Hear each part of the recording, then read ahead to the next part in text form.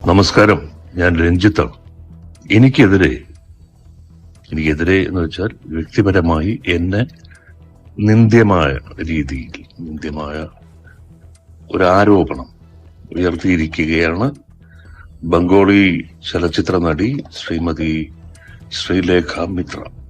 ഇത് കുറച്ചു കാലം എന്ന് വെച്ചാൽ കൃത്യമായി പറഞ്ഞാൽ എന്ന് ചലച്ചിത്ര അക്കാദമി സ്ഥാനം ഞാൻ ഏറ്റെടുത്തു അന്ന് തൊട്ട് ഒരു സംഘം ആളുകൾ നടത്തിയ നാളുകളുടെ ശ്രമമാണ് ശ്രീലേഖ മിത്രയുടെ ആരോപണം എന്ന രൂപത്തിൽ പുറത്തേക്ക് വന്നത്. ഞാൻ ഒരു വ്യക്തി എന്ന നിലയിൽ എനിക്ക് ഏറ്റിട്ടുള്ള ഈ വലിയ ഡാമേജ് അത് എളുപ്പം മാറുന്നതല്ല, എങ്കിലും എനിക്കത് തെളിയിച്ചേ പറ്റുള്ളൂ. എനിക്കത് ഈ പൊതുസമൂഹത്തിന് ബോധ്യപ്പെടുത്തിയേ പറ്റുള്ളൂ.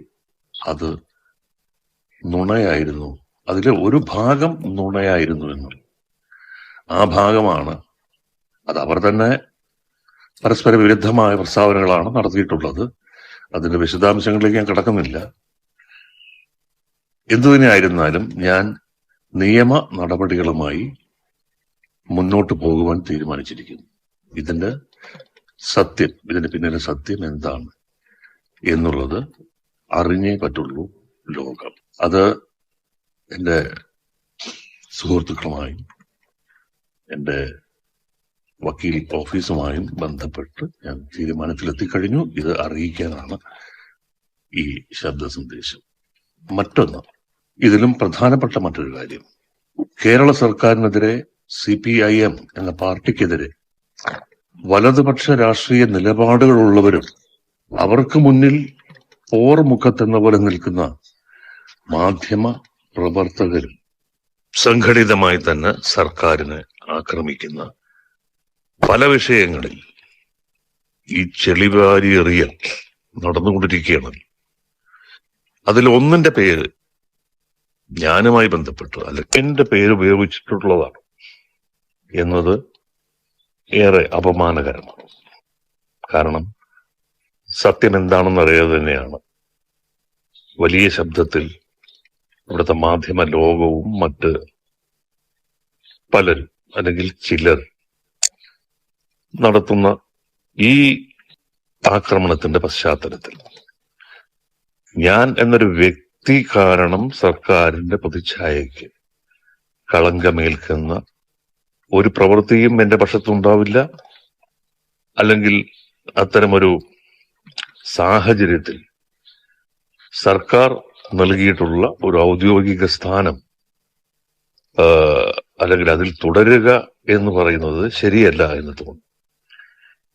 നിയമ നടപടികൾ പൂർത്തിയാവുന്ന ഒരു ദിവസം വരും, സത്യം ലോകമറിയും. അത് അത്ര വിദൂരമല്ല എന്നെനിക്കറിയാം. പക്ഷെ തൽക്കാലം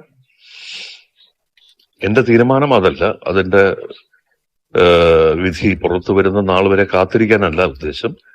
സർക്കാരിന്റെ ഔദ്യോഗിക സ്ഥാനത്തിരുന്നു കൊണ്ടല്ല ആ നിയമ പോരാട്ടം നടത്തേണ്ടത് എന്ന് എന്റെ ബോധ്യമാണ് എന്നത്.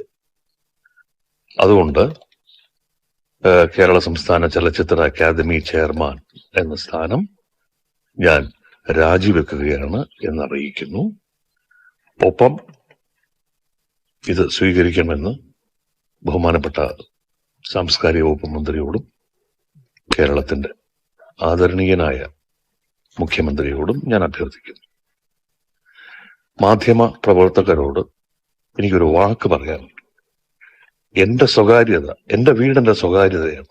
ആ വീട്ടുമുറ്റത്തേക്കാണ് എന്റെ അനുവാദമില്ലാതെ, എന്നോട് അനുവാദം ചോദിക്കാതെ നിങ്ങളുടെ ഒരു വലിയ സംഘം ഇരച്ചു കയറി ഇന്നലെ വന്നത് ഇന്നും അത് ആവർത്തിക്കാനുള്ള ശ്രമവുമായി വീടിന് പുറത്ത് കാത്തു നിൽക്കുന്നുണ്ടെന്ന് പറയുന്നു. ദയവ് ചെയ്ത് ഒരു കാര്യം മനസ്സിലാക്കുക, എനിക്ക് ഒരു മാധ്യമ ക്യാമറയെയും അഭിമുഖീകരിക്കേണ്ട കാര്യമില്ല. ഞാൻ ഈ അയക്കുന്ന സന്ദേശത്തിൽ കാര്യങ്ങൾ വളരെ വ്യക്തമാണ്.